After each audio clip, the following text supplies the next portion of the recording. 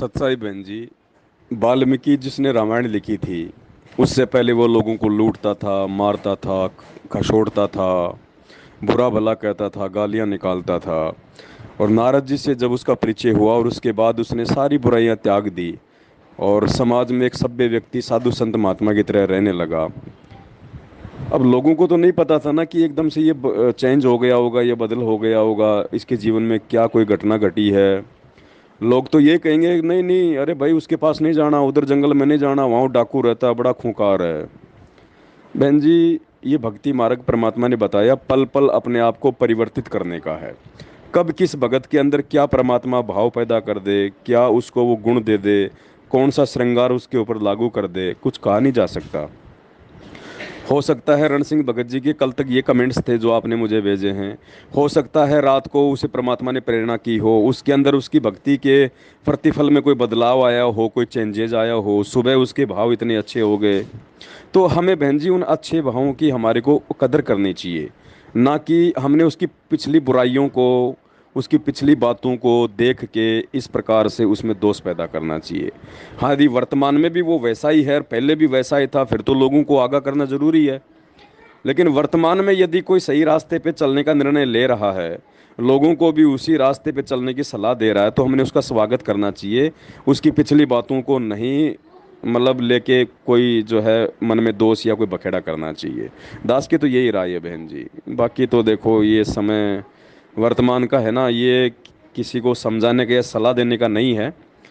क्योंकि वही बात है, वो एक भैया ने एक बंदर को सलाह दी थी बरसात के समय जब वो बाहर भीग रहा था कि भैया अपना घोंसला बना और तू भी रहे इस प्रकार से, अपना कुछ बना के क्यों बारिश में भीग रहा है। तो बंदर को गुस्सा आ गया और उसने वो बेचारी भैया का घोंसला भी उखाड़ के फेंक दिया। तो इस समय तो देखो बहन, दास किसी को ज़्यादा कुछ नहीं कहना चाहेगा, क्योंकि सबके सिर के ऊपर तीनों गुण बिल्कुल राजा बन के बैठे हैं। ये तो खुद ही सोचना पड़ेगा, खुद ही समझना पड़ेगा। दास इसमें किसी भाई बहन को विशेष कोई सलाह नहीं देगा। और जैसे जैसे भक्ति परमात्मा के आशीर्वाद से भगत भाई बहनों की बढ़ती चली जाएगी, और भक्ति केवल उन्हीं की बढ़ेगी जो राग द्वेष ईर्ष्या से हटके और मर्यादा में रह के गुरु को भगवान मान के और सादगी के साथ में जो भक्ति करेगा।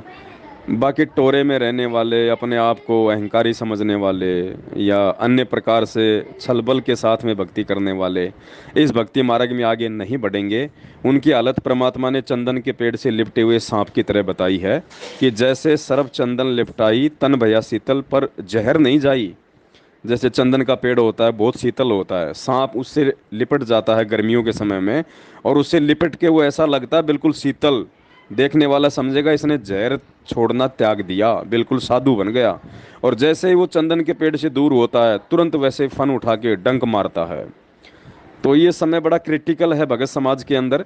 फिर भी दास की तो कोशिश है कि प्यार प्रेम से सभी भाई बहनों को समझाया जाए, सीधे रास्ते उनको लाया जाए। क्योंकि परमात्मा कहते हैं कबीर कपट से भक्ति करे उसको भी अपनाऊं, साम दाम दंड भेद से फिर सीधे रास्ते लाऊं।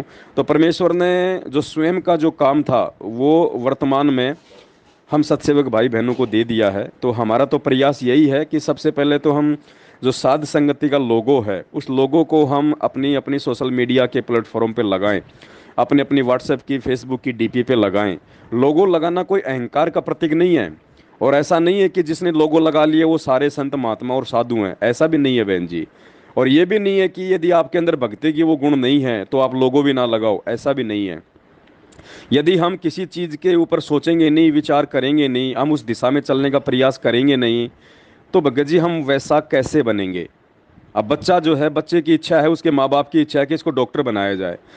अब ऐसा थोड़ी है कि भाई अगर बच्चा अभी डॉक्टर नहीं बनाया तो उसको स्कूल भी मत भेजो, उसको पुस्तकें भी जो है वो मत पढ़ाओ कि अभी तक तो इसमें डॉक्टर का एक भी गुण नहीं है, ये क्यों डॉक्टर बनने की तरफ अग्रसर हो रहा है, क्यों ये एमबीबीएस की पुस्तकें पढ़ रहा है, क्यों इसको स्कूल में भेज रहे हो। अरे भैया, डॉक्टर बनना उसका टारगेट है, लेकिन उसके लिए उसको उस प्रोसीजर में तो ढलना पड़ेगा, जाना पड़ेगा। उसको पढ़ाई पढ़नी पड़ेगी, स्कूल में जाना पड़ेगा, थ्योरी प्रैक्टिकल करनी पड़ेंगी। तो इसी प्रकार बहन, ये साध संगति का जो लोगो है ना, ये लोगो एक सच्चा भगत बनने की दिशा में एक प्रयास है।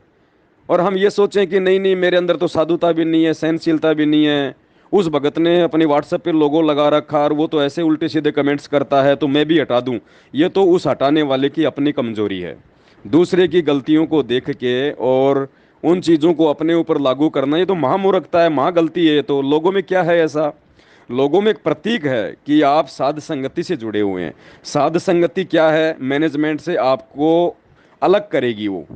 साध संगति जो नाम है वो आपको मैनेजमेंट से और उसके दुष्कर्मों से अलग करती है। ये एक साइन है, एक निशान है कि आप संत रामपाल जी के सच्चे भगत हैं या सच्चे भगत बनने की दिशा में आप जी प्रयासरत हैं। अब उस चीज़ को आप लगाओगे नहीं, उस चीज़ को, अब जैसे हमारे जो पंथ है, हमारा जो पंथ है उसका एक कोड वर्ड है सत साहिब, है कि नहीं है? तो हम लोग सत साहिब यूज करते हैं ना बहन जी। फिर क्या करते हैं हम, इस पंथ में जुड़ने के बाद में अपने अपने नाम के आगे हम लोग दास लगाते हैं। माता बहनें अपने नाम के आगे दासी लगाती है। अब मुझे ये बता दो, संगत में आज ऐसा कौन माई का लाल है जो पूरा दास बन गया और पूरी वो दासी बन गई? फिर तो ये अपने नाम के आगे दास और दासी शब्द भी लगाना बंद कर दो। अगर कोई भगत यदि अभी तक सत्सेवक नहीं बना है, गुरु जी की पूर्ण मर्यादा में नहीं आया है, और ये सोच के यदि कि मैं तो अभी भगत बना ही नहीं, मैं तो अभी सत्सेवकों वाली जो नियम मर्यादा है उसके अनुसार हूँ ही नहीं, या वो भगत जो है पूर्णतया से सत्सेवक नहीं है, हैं, और ये क्यों लगा रहे हो लोगो, ये लोगो लगाना ठीक नहीं है, ये लोगो लगा के सारे उल्टे सीधे काम कर रहे हो। तो मुझे ये बता दो कि आज भगत में कौन सा भगत तो दास बन गया और कौन सी बहन और माता दासी बन गई? फिर अपने नाम के आगे दास और दासी शब्द क्यों लगाते हो? फिर उसको भी हटा दो ना, उसकी क्या जरूरत पड़ गई फिर? अगर नहीं हटा सकते तो फिर ये सात संगति का लोगो अपने फेसबुक अपनी व्हाट्सएप से हटाना बेवकूफ़ी है, महामूर्खता है। ये परमेश्वर की छटनी है, 2022 है। परमात्मा ने इस दास के मुख से जो शब्द निकलवा दिए वो सर्वदा सत्य होंगे, क्योंकि परमात्मा ने दास को निमित्त बनाया है। ये मुझ नीच दो कोड़ी के पवन दास का अहंकार नहीं है, ये सत्यता है। जिसको अहंकार लगे वो अपना जाने, मुझे उन चीज़ों से कोई फर्क नहीं पड़ता है। लेकिन बहन जी, ये सत्यता है, ये हकीकत है, इसे मानना चाहे ना मानना। ये राग द्वेष और ईर्ष्या का जो रोग है ना, ये सबसे बड़ा रोग है। वरना भगवान कोई बालक नहीं है जिसने वाणी लिखी है कि मान बढ़ाई कि मालिक की वाणी है कि राज त्यागना सहज है, सहज नारी का ने मान बढ़ाई और ईर्ष्या दुर्लभ तजना। ये दास ने पहले कह दिया था परमात्मा के आशीर्वाद से 2022 लगते ही कि 2022 में इस साध संगति के लोगों के साथ साथ में संत रामपाल जी भगवान के हिसार जेल से बाहर आने तक वही भगत टिकेगा जो सूरमा होगा, जो सूरमा होगा। वरना ये साध संगति का लोगो हर किसी आत्मा के द्वारा अपनी सोशल मीडिया पे लगाना कोई बच्चों का खेल नहीं है। ये मोहर है परमेश्वर की। ये दर्शाता है कि आप संत रामपाल जी भगवान की जैसी भी आप आत्मा हो, आप उनकी मर्यादा में हो, आप जैसे भी चल रहे हो, मैनेजमेंट से तो ठीक हो, गुरुदेव के कलयुगी परिवार से तो लाख गुण अच्छे हो, यदि आप साध संगत से जुड़े हुए हो। और कोई भी व्यक्ति होता है बहन जी, वो किसी भी संस्था या पंथ में आते ही नहीं सुधर जाता। हम बच्चे को स्कूल में भेजते हैं टीचर बनाने के लिए, एडमिशन दिलाते ही वो दूसरों को ज्ञान नहीं बांटने लग जाता, वो टीचर नहीं बन जाता है, उसमें समय लगता है। लेकिन स्कूल में जाएगा तभी संभव होगा। तो सात संगति का लोगो लगाना इस बात का प्रतीक है कि आप संत रामपाल जी भगवान के नेक, ईमानदार, सच्चे, उनको भगवान मानने वाले, विवेकी और दृढ़ भगत हैं। अगर नहीं हैं तो धीरे धीरे बनने का प्रयास करना चाहिए। उसका मतलब ये नहीं है कि हम उस लोगों को ही हटा दें, हम साध संगति से ही हट जाएं, हम राग द्वेष और ईर्ष्या में पड़ जाएं। 2022 है, दास ने पहले कह दिया था गुरुदेव भगवान के आशीर्वाद से कि 2022 के एंड तक बड़े बड़े पेड़ जो अपने आप को बहुत बड़े बड़े जो भगत बनते हुए दिखाई दे रहे हैं, संगत में लगता है कि ये बहुत अच्छा भगत है, बहुत बहुत अच्छी क्वालिटी का भगत है, इस मार्ग में क्वालिटी ये नहीं चलती है। क्योंकि परमात्मा को ये प्रोडक्शन करने नहीं आए, परमात्मा अपने हीरे मोती लाल की छटनी करने के लिए आए हैं। तो इस मार्ग में गुरुदेव के हिसार जेल से बाहर आने तक कोई हीरा मोती लाल ही मिलेगा बहन जी। और दास ने पहले कह दिया था कि 2022 है, ये छटनी है, छटनी के बाद में कटनी है, कटनी के बाद में फिर चटनी भी बनेगी। जो साथ संगति से हट जाएगा, जो राग द्वेष ईर्ष्या में पड़ेगा, फिर उसकी उसके उन कर्मों के आधार से फिर उसकी चटनी भी बनेगी। चटनी का मतलब है, हो सकता है वो इस मार्ग से हमेशा हमेशा के लिए शारीरिक रूप से भी दूर हो जाए, उसका शरीर भी छूट जाएगा, जैसे आए दिन अकाल मौत मर रहे मैनेजमेंट वाले। तो बहन, यदि हरियाणा के कैथल से रण सिंह दास भगत जी 2 दिन पहले का आपने उनका कोई कमेंट्स मुझे भेजा है, यदि वो इस प्रकार की बातें बोल रहे हैं तो बहन जी वो उनके 2 दिन पहले के विचार थे। और आज यदि वो कोई अच्छी बात भेज रहे हैं कि सभी भाई बहनों ने प्यार प्रेम से रहना चाहिए, एक दूसरे के प्रति मन में जो राग द्वेष है उसको छोड़ देना चाहिए, सब हमारे भाई बहन हैं, तो हो सकता है 2 दिन पहले आपने रण सिंह जी को जो कमेंट्स, रण सिंह भगत जी ने आपको जो कमेंट्स जो जो वो डाला था, हो सकता है उस कमेंट्स के आधार से परमात्मा ने उसको उसको कोई प्रेरणा की हो, भगत जी को अपनी गलती का कोई पश्चाताप हुआ हो, उसको अपनी गलती का एहसास हुआ हो, और उसके बाद उस व्यक्ति ने राग द्वेष और ईर्ष्या से हटने का कोई निर्णय ले लिया हो। और आज यदि वो संगत में कोई अच्छी बात या सब मैसेज या अच्छा पोस्टर बना के भेज रहा है, तो बहन हमने उनके उन विचारों का स्वागत करना चाहिए, वो चाहे कोई जी भी हो। उनकी पिछली बातों को नहीं जो है बल्कि लेके कोई बवंडर बनाना चाहिए, या अपने मन में कोई राग द्वेष ईर्ष्या पैदा करनी चाहिए, या ये कहना चाहिए कि देखो ये काहे के सत्सेवक हैं, ये झूठे सत्सेवक हैं। ऐसा नहीं है बहन। प्यार प्रेम और एकता का मार्ग है। दास की वाणी थोड़ी कठोर है, थोड़ी ऊंची आवाज़ है, क्षमा चाहता हूँ बहन यदि मेरी आवाज़ से आपको ऐसा लगा हो तो। बाकी आप मेरी बहन हैं, और मैं तो ये कहता हूँ मेरी शरीर की 2 बहन हैं, आप उनसे भी लाख गुना बढ़ के मेरे लिए हैं। आज तक मेरे से आप जी के प्रति ऐसा कोई शब्द, ऐसी कोई भावना नहीं निकली है जब से आप इस मार्ग में दास के संपर्क में आई हो, और ना ही निकलेगी, चाहे आप इस मार्ग में रहो ना रहें, चाहे मैं रहूं या ना रहूं बहन जी। तो प्यार प्रेम और एकता का मार्ग है, इसमें अंत में हम सबको एक छतरी के नीचे आना पड़ेगा, आज नहीं तो कल। और जब तक ये राग द्वेष और ईर्ष्या और इस प्रकार की भावनाएं छोटी मोटी हमारे मन में अपने ही भगत भाई बहनों के प्रति रहेंगी, बहन जी देखो कमियां सबके अंदर है। इस लाखों की संगत में से सतगुरु रामपाल जी भगवान के अलावा ना तो कोई असल में कोई भगत है, और ना ही असल में कोई संत बन पाया है, ना कोई भगत बन पाया है, ना कोई दास बन पाया है। ये सारी भूमिकाओं में यदि कोई फिट बैठता है तो केवल सतगुरु रामपाल जी भगवान हैं। अब इस आधार से तो फिर अपने बच्चों के साथ में भी राग द्वेष करो, फिर उनके खिलाफ भी फिर उल्टा सीधा बोलो, ऐसा नहीं चलता बहन। इस मार्ग में हमने बढ़ने का प्रयास करना है, अच्छा भगत है, नेक भगत बनने का प्रयास करना है। और नेक भगत बनने का प्रयास जब कोई करेगा तो बहन आपको अच्छे से पता है ये काल उसकी सबसे ज्यादा टांग खींचता है, उसी भगत से ज्यादा गलतियां करवाएगा जो सही चलने का प्रयास करेगा। एक तरफ तो बेचारा गलतियां छोड़ के सही चलने का प्रयास कर रहा है, काल उसके पीछे पड़ा है, और छोटी मोटी कोई ऊंच नीच हो जाती है तो हम भगत भी उसकी पूंछ खींचने में लगे रहते हैं, उसकी टांग खींचने में लगे रहते हैं। वो आत्मा कहां से आगे बढ़ पाएगी। तो बहन कोशिश करो, विचार करो किसी के प्रति अच्छे भाव अच्छे विचार लाने की, उसको थोड़ा सा प्रोत्साहन देने की, उसको थोड़ा ऊपर बढ़ाने की। बस दास की तो इतनी सी विनती है। बाकी तो देखो अभी संगत के अपने दिमाग सोच और समझ के ऊपर है।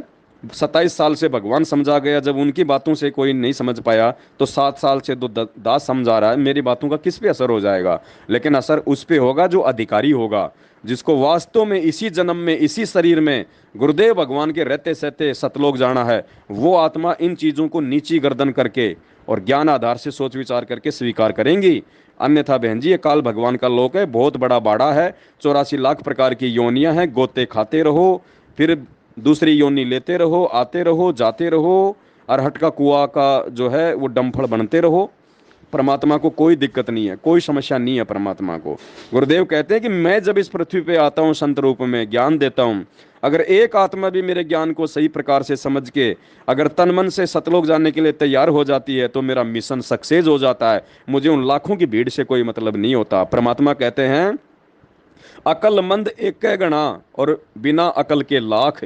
अगर लाखों शिष्य हैं गुरुदेव भगवान के, अगर एक भी उनमें कोई योग्य है तो परमात्मा उन लाखों को रिजेक्ट कर देता है, ठोकर मार देता है। उस एक के प्रतिफल में परमात्मा अपने सारे दुख तकलीफें भुला देता है।